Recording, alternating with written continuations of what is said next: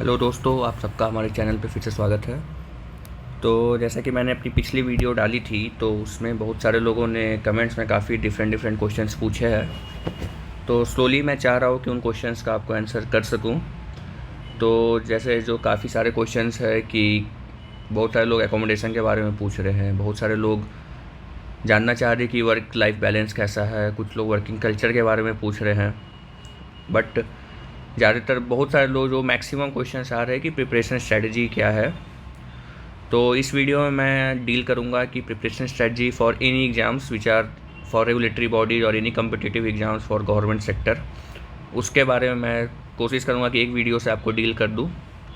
क्योंकि आप किसी भी एग्ज़ाम की प्रिपरेशन करते हैं तो थोड़ा ही डिफरेंस होता है। जैसे आप अगर IBPS PO की प्रिपरेशन किए हो, उसके बाद RBI की प्रिपरेशन कर रहे हो, तो फेज़ 1 दोनों में लगभग सेम है। किसी का भी, नाबार्ड का भी फेज़ 1 सेम है, सिडबी का पेपर हुआ था, सिडबी का पेपर सेम है, सेबी में थोड़ा सा डिफरेंस आता है।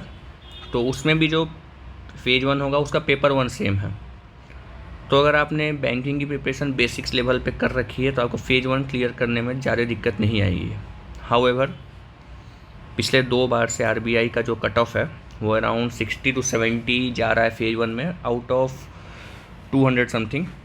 तो ये बता रहा है कि पेपर का लेवल थोड़ा बढ़ गया है। तो अगर हम लोग RBI की प्रिपरेशन स्ट्रेटजी के बारे में बात करें, स्पेशली इसमें मैं आपको आज फेज़ 1 के बारे में बताऊंगा कि फेज़ 1 के लिए हम लोग कैसे प्रोसीड कर सकते हैं। फेज़ 2 थोड़ा टफ़ होता है इन द सेंस थोड़ा सिलेबस अलग है। अगर आप प्रिपरेशन कर रहे हो तो काफ़ी आसान है, लेकिन ज़्यादातर लोगों ने फाइनेंस मैनेजमेंट ESI अलग से नहीं पढ़ा है। तो फेज़ 2 हम लोग थोड़ी देर बाद डील करेंगे। पहले फेज़ 1 RBI स्पेसिफिक डील कर रहे हैं। वैसे सिडबी में भी आपको सेम हेल्प करेगा, IBPS PO भी जो कर रहा है उसके लिए भी ये सेम हेल्प रहेगा। तो फेज़ 1 पहले बता दिया जाए कि सब्जेक्ट क्या क्या आते हैं। तो अभी इस बार 2 बार के जो पेपर हुए हैं या पहले जो भी पेपर होता था तब तक जो पैटर्न है, क्वांट्स आएगा आपका, रीजनिंग आती है और इंग्लिश आती है, प्लस जो बड़ा मेजर पोर्शन है GA का रहेगा। तो क्वांट्स, रीजनिंग, इंग्लिश पहले थोड़ी आसान आती थी। आसान मीन्स IBPS PO के लेवल का रहता था या SBI PO के लेवल का रहता था, बट 2 साल से थोड़ा टफ आ रहा है। साथ साथ GA भी टफ हो रहा है। तो इसकी वजह से क्या हो रहा है कि जो लोग बेसिक बैंकिंग की प्रिपरेशन करते थे उनसे ज़्यादा जो लोग UPSC वगैरह की प्रिपरेशन कर रहे हैं उनको हेल्प हो रहा है, क्योंकि GA जो है उनके लिए स्कोरिंग हो जा रही है। तो ओवरऑल कट ऑफ कम होने से बैंकिंग एस्पिरेंट्स की चांसेस घट जाती है, क्योंकि उनकी क्वांट, रीजनिंग, इंग्लिश जो लेवल है उससे ऊपर RBI का लेवल आ रहा है। अब जो cut off, around cut off की बात कर ले तो कट ऑफ जो है 60 to 70 जा रहा है। हो सकता है इस बार पेपर अगर सेम लेवल का आता है तो ±20 आप लोग रेंज लेके चलिए। तो अगर आप 80 to 85, 90 तक अगर आपने प्रिपरेशन रखी है तो आपका सिलेक्शन हो जाएगा फेज़ 1 में, अगर सेम लेवल का पेपर आ रहा है तो। अब हम लोग सोचेंगे कि इसके लिए हम लोग को प्रिपरेशन करनी कैसे है। ये था बेसिक, मैंने बता दिया आपको। तो हम लोग प्रिपरेशन कैसे करें।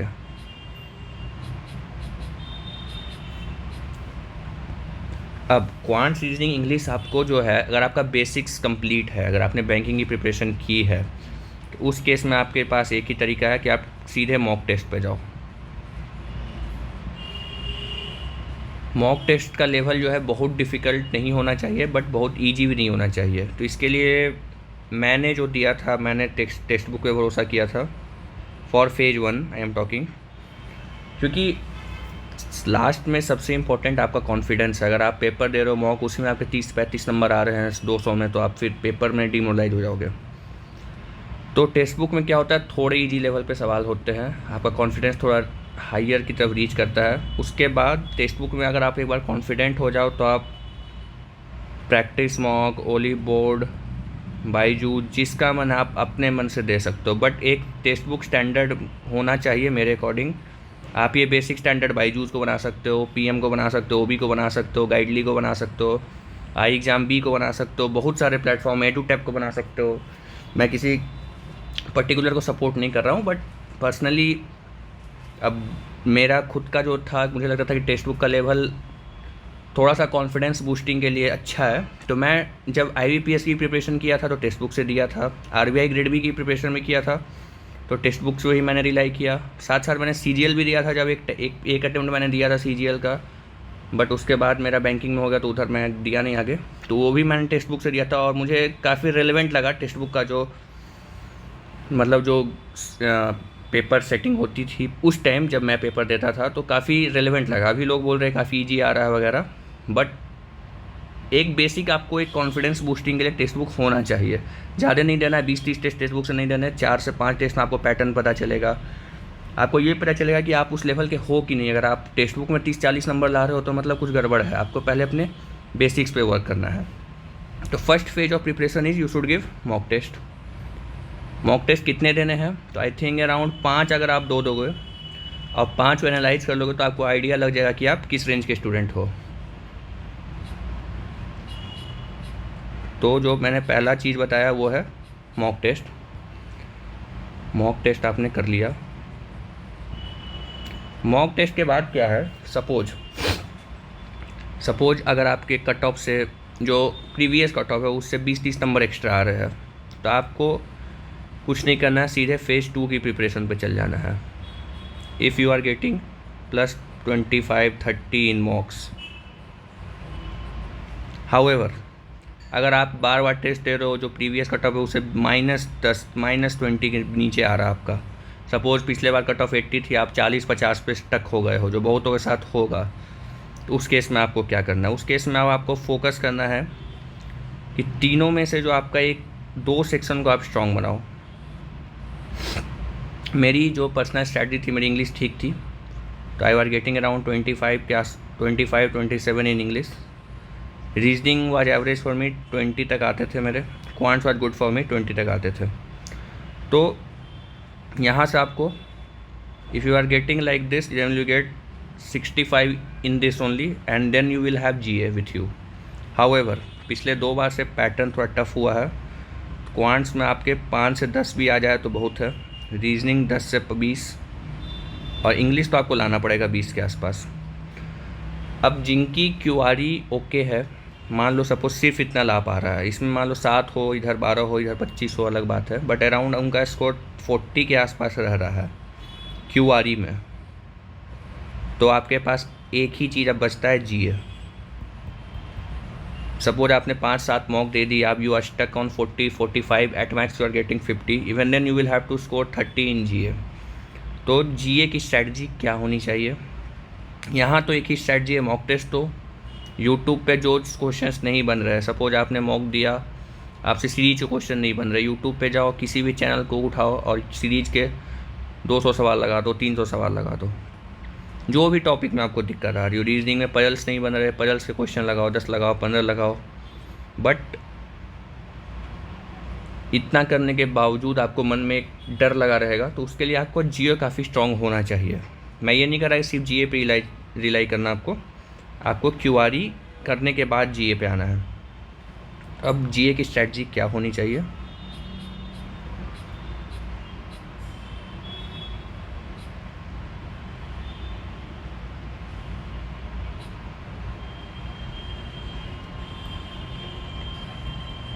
GA जो मैंने 2 साल से ऑब्जर्व किया RBI में, 2 मंथ्स की GA आ रही है, लास्ट 2 मंथ्स की, और काफ़ी डिटेल्ड में आ रही है। डिटेल्ड मीन्स डेटा पूछे जा रहे हैं, डेट्स पूछी जा रही हैं, साथ में लिंक करके स्टैटिक पूछी जा रही है। इस GA में 25-30 करना भी स्कोर काफ़ी डिफ़िकल्ट है। सोर्स मैं बता दूं, जो मैंने फॉलो किया था, आप कुछ भी फॉलो कर सकते हो, अफेयर्स क्लाउड। इसका डेली GK आता है, वो पॉकेट PDF पे नहीं जाना RBI के लिए, डेली वाली जो आती है आप 2 महीने की आराम से कर सकते हो। पर डे अगर 7 to 8 पेजेज भी है, 2 मंथ से मैक्स 500 पेजेज होगा। बट फॉर RBI आपको ये करना पड़ेगा। आप GK टुडे भी कर सकते हो। बहुत सारे लोग होंगे जो बिना GA भी किए भी क्लियर हो जाएंगे, बट मैं अपने जैसे एवरेज स्टूडेंट की बात कर रहा हूँ, आप में से जो एवरेज स्टूडेंट है उनकी बात कर रहा हूँ। इतना आपको करना पड़ेगा। ज़्यादा अपनी ओर से हम लोग ये सोचे कि हम ज़्यादा स्मार्ट है, वहाँ जाके सॉल्व कर लेंगे, ऐसा होता नहीं है। कई लोग हैं, काफ़ी लोग सेलेक्ट हुए हैं जो बिना GA किए भी सिलेक्ट हो गए होंगे, बिना पढ़े भी सिलेक्ट होते हैं लोग, बट उनकी रेशियो काफ़ी कम है। अगर मैं एवरेज स्टूडेंट की बात करूँ तो आपको अफेयर्स क्लाउड या जीके टुडे या कोई भी सोर्स आपको लग रहा है उसका आपको लास्ट 2 मंथ सब भूल के अच्छे से प्रिपरेशन करना पड़ेगा। इसके बाद अफेयर्स क्लाउड के बाद स्टडी IQ आता है, उसका आप 6 मंथ्स का जो बेस्ट 300 होता है वो कंप्लीट कर लो। फॉर इन केस अगर पेपर पुराने पैटर्न का आ गया तब उसमें 300 सवाल है, 2000 सवाल है, वो कर लो। इसके बाद जो इतना का मोर देन इनफ है। इसके साथ आप प्रैक्टिस मॉक की वीकली क्विज लगा सकते हो। This 3 will be enough to score more than 30 in RBI और एनी एग्जाम। IBPS PO भी आप दे रहे हो तो 40 में 20 के ऊपर आ जाएगा ये 3 करते ही। और मैं इसके अलावा कुछ ज़्यादा सजेस्ट भी नहीं करूँगा। बट RBI में एक चीज़ और आप ऐड कर सकते हो GA में, जो मैंने किया था, तो आप वो ऐड कर सकते हो इन तीनों के अलावा। मतलब मैंने अब तक बता दिया आपको AC plus PM plus SIQ। Vision IAS की जो मैगजीन आती है उसमें आप लास्ट 6 मंथ्स की इकोनॉमिक्स को देख लो। इकोनॉमिक्स में बहुत सारे आपको डेटा AC में मिल जाएंगे, बट जो इम्पोर्टेंट स्कीम्स आ गई, कुछ प्रोजेक्ट आ गया, बैंकिंग रिफॉर्म्स आ गई। इकोनॉमिक्स का पेज मुश्किल से मंथली 10 पेज का होता है, तो 60 to 70 page you need to look, not more than that. इस 70 पेजों में आपको साथ देखो क्या होगा कि GA में इसको हेल्प करे ना करे, आपकी एक basic understanding at least for phase 2 बन जाएगी कि आपको कैसे प्रोसीड करना है। तो ये 4 चीज़ आपका कंप्रहेंसिव GA कवरेज कर देगा। बाकी पेपर में एक और चीज़ मैं बता रहा हूँ कि पेपर अटेम्प्ट करने समय क्या ध्यान देना है।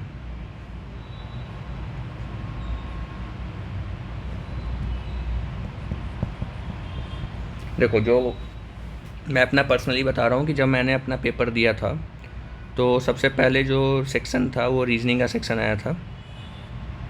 तो मैंने सोचा कि मतलब रीजनिंग में मैंने जैसे पेपर से पहले एक्सपेक्टेशंस हाई रहती है कि 30-35 आएगा, बट पेपर देने के दौरान मुझे रियलाइज़ हुआ कि काफ़ी टफ पेपर आया इस बार। तो अपने को सेक्शनल क्लियर करना है, 15-20 के आसपास मैंने सोचा कि लाना है। हाउएवर जब मैं पेपर दिया था उसके लास्ट टाइम का कट ऑफ 115 समथिंग था, तो मुझे लगा कि रीजनिंग के बाद कि अब मुझे GA में काफ़ी हाई स्कोर करना पड़ेगा। But again GA was tough. तो पेपर में बाहर से आप कितना भी सोचे जाओ टफ पेपर होगा, मैं कम अटैम्प्ट करूँगा, बट पेपर में थोड़ा टेंशन होती है। और उसके लास्ट ईयर 115 कट ऑफ गया था, 120 कट ऑफ गया था। इस बार तो चलो आपको पता है 60 to 70 कट ऑफ जा रहा है, उस हिसाब से आप जाओगे। बट GA में मैंने करीब 25-30 के आसपास लगा कि इसका करेक्ट होगा।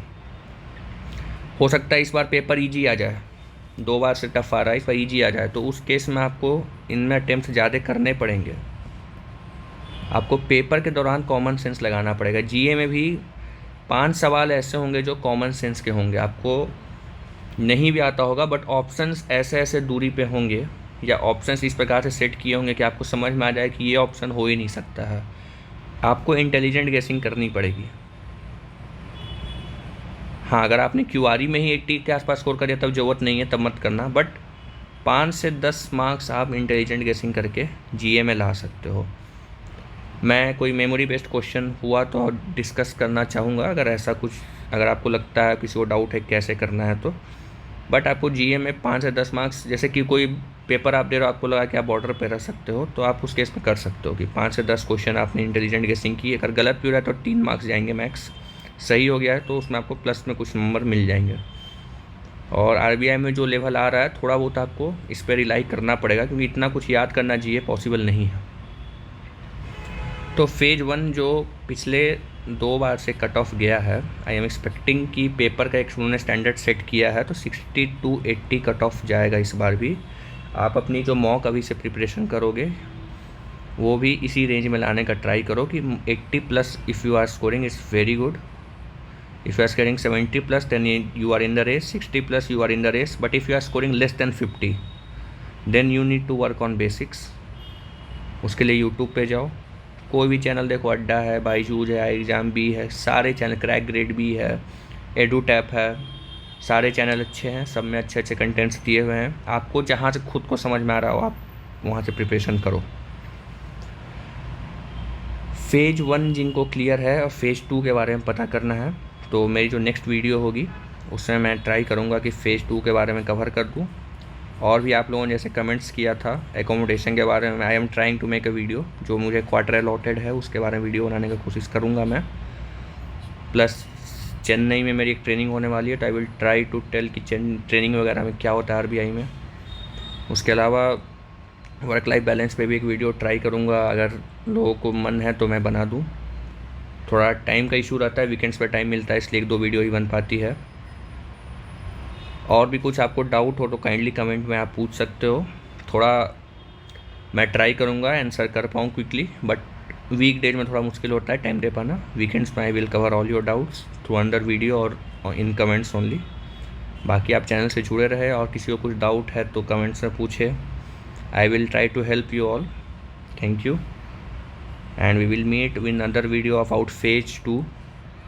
फ़ेज़ 2 में मैं अभी से बता दूँ डिस्क्रिप्टिव के बारे में थोड़ा बता दूँगा मैं, और उसका डिस्क्रिप्टिव से ज़्यादा इंपॉर्टेंट ऑब्जेक्टिव है, क्योंकि लोग आजकल डिस्क्रिप्टिव के चक्कर में इसे भूल गए हैं। But if you have to clear you have to score good in objective only. Descriptive सबको एवरेज मिलता है। और तीसरा वहाँ इंग्लिश काफ़ी इंपॉर्टेंट है, तीनों को मैं कवर करूँगा। इंटरव्यू पे भी मैं सोचा हूँ एक वीडियो बना दूँ इफ़ यू वांट, क्योंकि मुझे तीनों फेज़ में सबसे टफ इंटरव्यू लगा था। तो if you want I will make a video on interview, how to prepare for that also. But अभी अगला वीडियो मैं फ़ेज़ 2 पे लाने वाला हूँ, तो be ready and like and subscribe the channel for more